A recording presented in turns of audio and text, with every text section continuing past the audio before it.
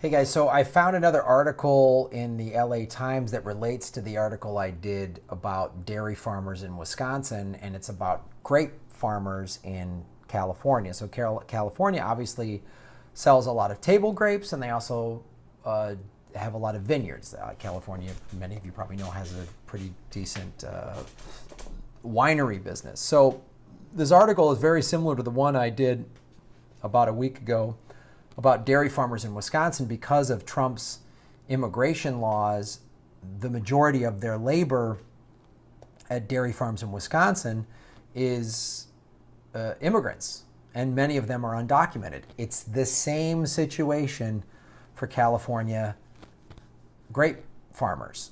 They're having the exact same problems. It's almost identical to the article that I did in the dairy farmers, and I'll put the link to the article below, and I'll go into some details of it, but it's very same, and they've been doing the same thing. They've raised wages and are still having a hard time hiring Americans, and Mexicans are afraid to come over the border, obviously. So they're having a really tough time. And there's another farmer that they interviewed that voted for Trump, but now he's worried because if it's just cutting into their labor. And the whole goal, what Trump was saying is, we're going to lock down the borders and get rid of all of the illegals to give Americans the jobs again. And that's not, Americans don't want the jobs. They're having a hard time finding the labor. So this guy, Arnulfo Solero, he works in Napa Valley. So Napa Valley is all vineyards. It's all vineyards. It's a big winery. You can go on wine tastings.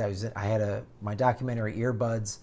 The podcasting documentary was in the Napa Valley Film Fest. It's beautiful, but it's all agriculture. So, and he went into Stockton, which is a couple hours away, and Stockton pays farm workers $11 to $12 an hour, and he's offering $14.50 and up to $16, but he couldn't find them. Yeah. And he said the labor shortage began when Obama started tightening restrictions. As I've said, Obama arrested around 250,000 people. And now that Trump is ramping that up with more ICE raids and more deportations, and talking about building the wall, it's really it's really having an adverse effect. So I'll go into it here. And the crazy thing is farm workers' pay has increased in California drastically since 1996, I didn't know that.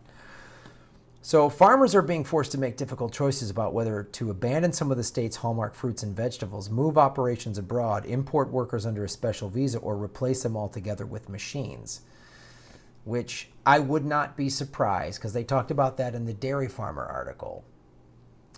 But there were certain things in the dairy farming article, like you need a person to check the cow's health. Now, that's not the issue, obviously, with grapes, but I would not be surprised if that is the end game of the Trump administration, is he or someone on that cabinet is a part owner of automated, farming equipment that replaces workers. I wouldn't put it past them. I'm not saying I've seen any evidence, but I would not put it past them at all, because that's what they're all about, is money. So wages for crop production in California increased 13% from 2010 to 2015, twice as fast as average pay in the state, according to the Los Angeles Times data that they got from the Bureau of Labor Statistics.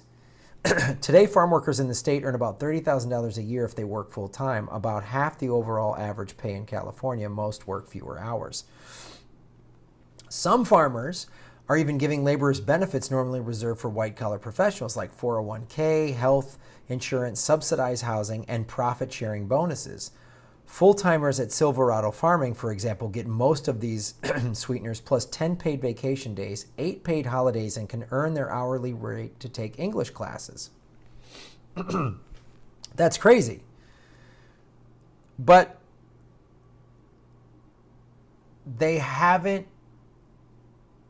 that hasn't motivated native-born Americans to leave desk jobs to go work in the fields, because America in the last 100 years has gone from more blue collar to way more white collar jobs.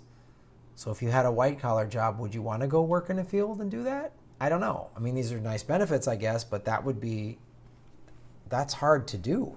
That's hard work to do. They say that 9 in 10 agricultural workers in California are still foreign born, and more than half are undocumented, according to a federal survey. And it's like some of these vineyards are having to downsize.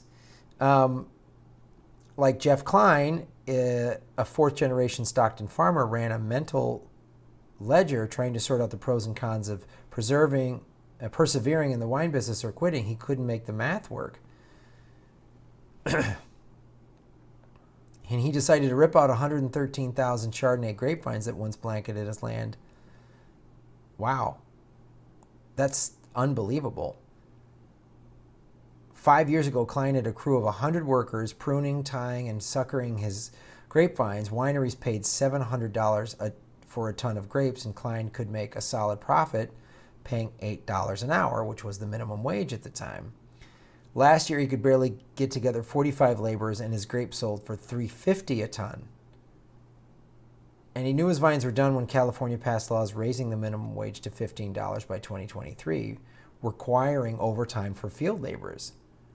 There's not enough guys, and everybody's fighting for everybody else's guys, he says. In Napa and Sonoma, they're getting $2,000 a ton for grapes, so those guys can afford to pay $15 for me. I'm just trying to break even. And he said he voted for Trump, and he said Trump's deportation plans and the wall and everything are, quote, that's killing our labor force.